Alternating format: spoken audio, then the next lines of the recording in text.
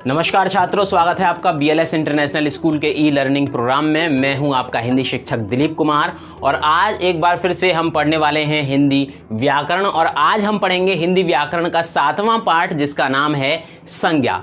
छात्रों, यूं तो संज्ञा के विषय में आप बहुत अच्छी तरह से जानते होंगे। प्रत्येक कक्षा में आपको संज्ञा के विषय में बहुत कुछ बताया जाता है। आज एक बार फिर से हम आपको संज्ञा के विषय में पढ़ाएंगे। तो आइए समझ लेते हैं कि संज्ञा आखिर क्या है, संज्ञा के कितने भेद हैं, कैसे उन्हें पहचानते हैं और कैसे हम संज्ञा को दूसरी संज्ञा में परिवर्तित कर देते हैं। आइए, संज्ञा किसी प्राणी, वस्तु, स्थान, गुण अथवा भाव आदि के नाम को हम संज्ञा कहते हैं। या साधारण शब्द में अगर हम कहें तो ये कह सकते हैं कि किसी भी चीज का नाम संज्ञा होता है। हम अगर किसी भी वस्तु का, किसी भी व्यक्ति का, स्थान का, भाव का अगर नाम बताएं तो उस नाम को ही हम संज्ञा कहते हैं। जैसे राहुल एक नाम है ना, कुर्सी, आगरा, बुढ़ापा, ईमानदारी, यानी प्रत्येक नाम एक संज्ञा कहलाता है। नाम को ही संज्ञा कहते हैं। संज्ञा के भेद, संज्ञा के वैसे देखा जाए तो संज्ञा के 3 ही भेद होते हैं। वो कौन कौन से हैं संज्ञा के भेद? व्यक्तिवाचक संज्ञा, जातिवाचक संज्ञा और भाववाचक संज्ञा। ये 3 संज्ञा के भेद होते हैं। लेकिन अंग्रेजी के प्रभाव के कारण संज्ञा के भेद अब हम 5 मानने लगे हैं। अब संज्ञा के 2 भेद और जुड़ गए हैं और वो कौन कौन से हैं? समूहवाचक संज्ञा और पदार्थवाचक संज्ञा। तो आइए समझ लेते हैं एक एक करके सभी संज्ञाओं के विषय में। तो आइए सबसे पहले बात करेंगे व्यक्तिवाचक संज्ञा की। व्यक्तिवाचक संज्ञा किसी पर्टिकुलर व्यक्ति के किसी नेम को कहते हैं। यानी हम ये कह सकते हैं किसी व्यक्ति विशेष, स्थान विशेष या फिर किसी नाम को हम संज्ञा कह सकते हैं जिसके बहुत से विभाग नहीं हो सकते। जैसे व्यक्तियों के नाम, ये व्यक्तिवाचक संज्ञा के अंतर्गत आते हैं। देशों के नाम, ये भी व्यक्तिवाचक संज्ञा के अंतर्गत आते हैं। पेड़ों के नाम, ये भी व्यक्तिवाचक संज्ञा के अंतर्गत आते हैं। यानी हम किसी भी चीज का अगर कोई नाम विशेष है, किसी भी विशेष वस्तु का अगर नाम है और उसको अलग अलग जातियों में नहीं बांटा जा सकता, उसे हम व्यक्तिवाचक संज्ञा कहते हैं। जैसे कि राहुल, ये एक व्यक्तिवाचक संज्ञा का उदाहरण है। उसी प्रकार से कुर्सी, ये भी एक व्यक्तिवाचक संज्ञा का उदाहरण है। हालांकि हम इसको जातिवाचक संज्ञा के रूप में भी प्रयोग कर सकते हैं। महात्मा गांधी, ये भी एक व्यक्तिवाचक संज्ञा है। आगरा, ये भी एक व्यक्तिवाचक संज्ञा है। बात करेंगे जातिवाचक संज्ञा की। जातिवाचक संज्ञा, जिस संज्ञा शब्द से किसी भी पूरी जाति का बोध होता हो उसे हम जातिवाचक संज्ञा कहते हैं। या फिर हम साधारण शब्दों में ये कह सकते हैं कि अगर पूरे ग्रुप को अगर कोई इंडिकेट करता हो तो उसे हम जातिवाचक संज्ञा कहेंगे। जैसे कि शहर, शहर एक ऐसा शब्द है जो कई शहर के तो बहुत सारे नाम हो सकते हैं। शहर आगरा भी हो सकता है, दिल्ली भी हो सकता है, अलीगढ़ भी हो सकता है, हाथरस भी हो सकता है। शहर कोई भी हो सकता है। तो ये एक जातिवाचक संज्ञा हो गई। शहर एक जातिवाचक संज्ञा शब्द है। उसी प्रकार से पेड़, ये भी एक जातिवाचक संज्ञा है क्योंकि पेड़ कोई भी हो सकता है। पीपल का पेड़, नीम का पेड़, आम का पेड़, बरगद का पेड़। उसी प्रकार से लड़का, ये एक जातिवाचक संज्ञा है क्योंकि लड़का कोई भी हो सकता है। राम, श्याम, महेश, दिनेश। उसी प्रकार से लड़की, ये भी एक जातिवाचक संज्ञा है। लड़की कोई भी हो सकती है। राधा, मोहिनी, राधिका, तनिष्का, कोई भी लड़की हो सकती है। तो पूरी की पूरी अगर जाति का अगर बोध कराने वाला कोई संज्ञा शब्द हो तो उसे हम कहते हैं जातिवाचक संज्ञा। कुछ और उदाहरण ऐसे हो सकते हैं जैसे कि जानवर, जानवर एक जातिवाचक संज्ञा है क्योंकि जानवर बहुत सारे हो सकते हैं। हथियार, हथियार शब्द एक जातिवाचक संज्ञा है क्योंकि हथियार कोई सा भी हो सकता है। फर्नीचर, फर्नीचर एक जातिवाचक संज्ञा है क्योंकि फर्नीचर में कुर्सी आती हैं, मेज भी आती हैं और भी बहुत सारी चीजें आती हैं। कपड़ा, ये भी एक जातिवाचक संज्ञा क्योंकि कपड़ा कोई भी हो सकता है। कपड़ा शर्ट भी हो सकती है, पैंट भी हो सकती है। यानी जातिवाचक संज्ञा हम उसे कहते हैं जो संज्ञा शब्द किसी पूरी जाति के विषय में अगर बताता हो तो हम उसे जातिवाचक संज्ञा कहते हैं। आइए बात करते हैं भाववाचक संज्ञा की। वे संज्ञा शब्द जो किसी के गुण, अवस्था, भाव आदि का बोध कराए उसे हम कहते हैं भाववाचक संज्ञा। जैसे कि सुख, ये एक भाव, सुख एक प्रकार का भाव है। घृणा, ये एक प्रकार का भाव है। प्रेम, ये एक प्रकार का भाव है। किसी का गुण, यानी भोलापन, ये किसी व्यक्ति का एक गुण हो सकता है, तो ये क्या है, ये उसका भाव है। उसी प्रकार से बुढ़ापा ये किसी की अवस्था है, बचपन ये किसी की अवस्था है। तो ये हो गए भाववाचक संज्ञा के उदाहरण। अब हम बात करेंगे बाकी की जो 2 संज्ञाएं हैं वो कौन कौन सी हैं। बाकी की 2 संज्ञाएं हैं समूहवाचक और पदार्थवाचक संज्ञा। समूहवाचक संज्ञा छात्रों किसे कहते हैं, जहां पूरे के पूरे अगर किसी समूह या समुदाय का अगर नाम बताया जाए तो उसे हम समूहवाचक या समुदायवाचक संज्ञा कहते हैं। जैसे कि गुच्छा, वाक्य हो अंगूरों का गुच्छा लगा है, या कहा जाए कि अंगूरों का गुच्छा बहुत ऊंचाई पर लगा हुआ है। तो यहाँ जो गुच्छा शब्द है ये पूरे एक समूह को इंडिकेट करता है, तो इसे हम कहते हैं समूहवाचक संज्ञा। कक्षा, कक्षा जिसमें बहुत सारे बच्चे बैठते हैं, तो उसमें पूरा समूह बैठ रहा है, पूरा एक ग्रुप है, तो उसे हम कहेंगे समूहवाचक संज्ञा। इसके अलावा दल, ये भी एक भीड़ का हिस्सा है, यानी बहुत सारे लोग यहाँ पर हैं, तो ये भी समूहवाचक संज्ञा हो गई। झुंड, ये भी एक प्रकार की समूहवाचक संज्ञा है। तो हम ये कह सकते हैं समूहवाचक संज्ञा हम उसे कहते हैं जहां पूरे के पूरे एक समूह की ओर इशारा किया जाता हो, उसे हम कहते हैं समूहवाचक संज्ञा। अगली है पदार्थवाचक संज्ञा।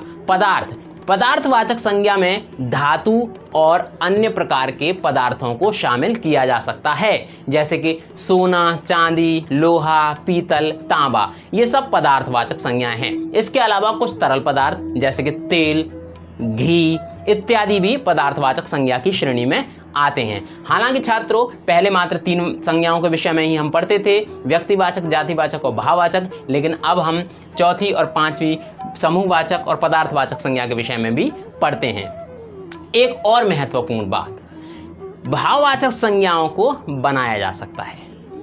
भाववाचक संज्ञाओं को कैसे बनाया जा सकता है वो मैं आपको बताता हूं। भाववाचक संज्ञाओं को हम 5 प्रकार के शब्दों से बना सकते हैं। हम भाववाचक संज्ञा को जातिवाचक संज्ञा से, सर्वनाम से, विशेषण से, क्रिया से और अव्यय से बना सकते हैं। अगर हमारे पास जातिवाचक शब्द हैं तो हम उसमें कोई ना कोई प्रत्यय जोड़कर या फिर घटाकर भाववाचक संज्ञा बना सकते हैं। जैसे कि कोई शब्द हो आपके सामने, बच्चा, ये एक जातिवाचक संज्ञा है, हम इसमें पन और लगा देंगे तो बचपन, ये होगी भाववाचक संज्ञा, यानी कि ये किसी भी व्यक्ति की अवस्था की ओर इशारा कर रहा है। नारी, उसका नारीत्व, ये किसी की भी भाव को जाहिर करने वाला शब्द है।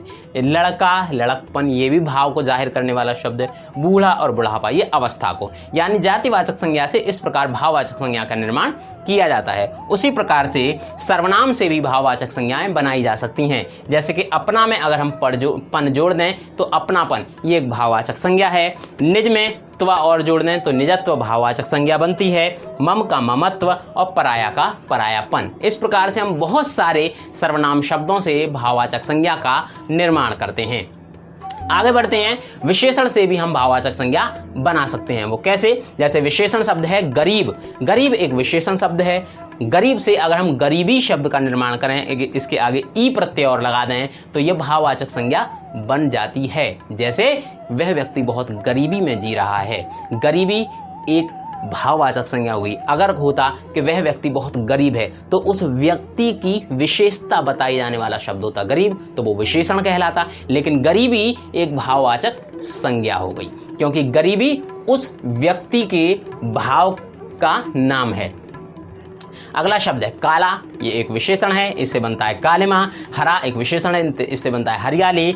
चतुर एक विशेषण है और इससे बनता है भाववाचक संज्ञा चतुराई। आगे बढ़ते हैं, क्रिया से भी हम भाववाचक संज्ञा बना सकते हैं। वो कैसे? जैसे कि क्रिया शब्द है लिखना, ये क्रिया शब्द है, आप जानते हैं लिख क्रिया धातु से बना हुआ है लिखना। अगर हम इससे बना दें लिखाई तो ये एक संज्ञा हो गई और ये है भाववाचक संज्ञा। उसी प्रकार से पढ़ना का पढ़ाई, सोचना का सोच और मुस्काना का मुस्कान, यानी प्रत्यय जोड़ के और प्रत्यय घटा के भी हम भाववाचक संज्ञा का निर्माण करते हैं। आगे बढ़ते हैं, अव्यय। अव्यय मैंने आपको पहले बताया था किसे कहते हैं, जिन शब्दों के ऊपर लिंग, वचन और कारक का प्रभाव नहीं पड़ता और कोई परिवर्तन नहीं होता है, उन्हें हम अव्यय शब्द कहते हैं। ऐसे शब्दों से भी भाववाचक संज्ञाओं का निर्माण हो सकता है। जैसे दूर, ये एक अव्यय शब्द है, इसमें अगर हम ई प्रत्यय लगाते हैं दूरी, ये एक बन जाती है भाववाचक संज्ञा।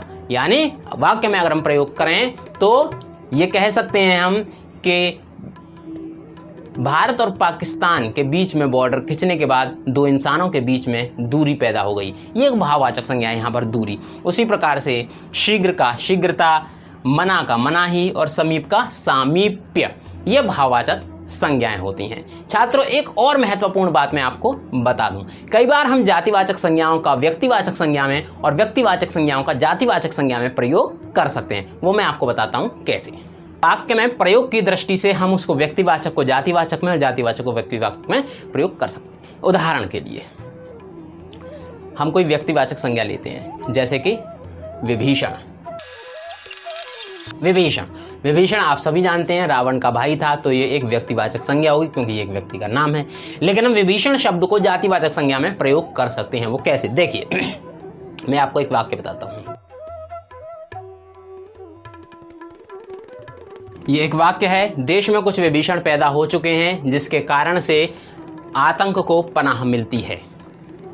यहां पर विभीषण शब्द देशद्रोहियों के लिए प्रयोग किया गया है, तो यहां पर विभीषण शब्द का जो प्रयोग हुआ है वो जातिवाचक संज्ञा के रूप में हुआ है, व्यक्तिवाचक संज्ञा के रूप में नहीं हुआ।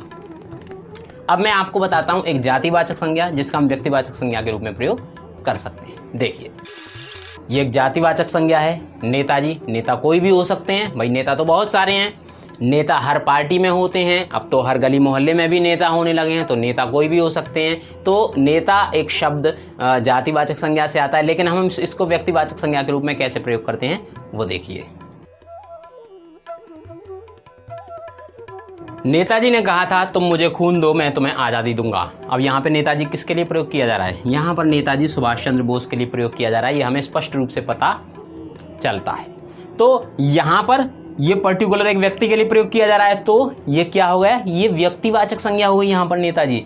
तो शब्द कौन सा था, जातिवाचक से, और हमने प्रयोग किस रूप में किया, व्यक्तिवाचक संज्ञा के रूप में। तो इस तरह से हम व्यक्तिवाचक संज्ञा को जातिवाचक संज्ञा के रूप में और जातिवाचक संज्ञा को व्यक्तिवाचक संज्ञा के रूप में प्रयोग कर सकते हैं। इसी तरीके से हम अन्य उदाहरण भी ले सकते हैं, वो उदाहरण आप स्वयं लेके देखिएगा और स्वयं बना के देखिएगा कि हम व्यक्तिवाचक संज्ञा को किन किन संज्ञाओं को हम ऐसे प्रयोग कर सकते हैं। तो छात्रों, इस पाठ में सिर्फ इतना ही, बहुत छोटा सा पाठ था। आगे इस पाठ के मैं कुछ महत्वपूर्ण नोट्स आपको भेज रहा हूँ, वो नोट्स आप अपनी फेयर नोटबुक में नोट कीजिएगा। इसके बाद मैं अगला चैप्टर आपको लिंग पढ़ाऊंगा, यानी व्याकरण का अगला चैप्टर। एक बात और आपको बता दूं, जो आपका सिलेबस ब्रेकअप है उसके अनुसार संज्ञा और उसके बाद लिंग, ये आपका व्याकरण का पूरा इस मंथ का पूरा चैप्टर, पूरा सिलेबस खत्म हो जाएगा। इसी प्रकार से कठपुतली तक का, हिंदी फर्स्ट का कठपुतली तक का जो पाठ्यक्रम था वो आपका पूरा हो चुका है इस मंथ का, ठीक है। तो पाठ लिंग, संज्ञा के बाद लिंग, लिंग के बाद आपका पूरा सिलेबस खत्म हो जाएगा, ठीक है। आपको जो नोट्स दिए जा रहे हैं वो आप नोट्स लिखिएगा और काम अपना समय पर कीजिएगा। वक्त हो चला है आपसे इजाज़त लेने का। घर पर रहिए, लॉकडाउन का पालन कीजिए और समय का सदुपयोग कीजिए। नमस्कार।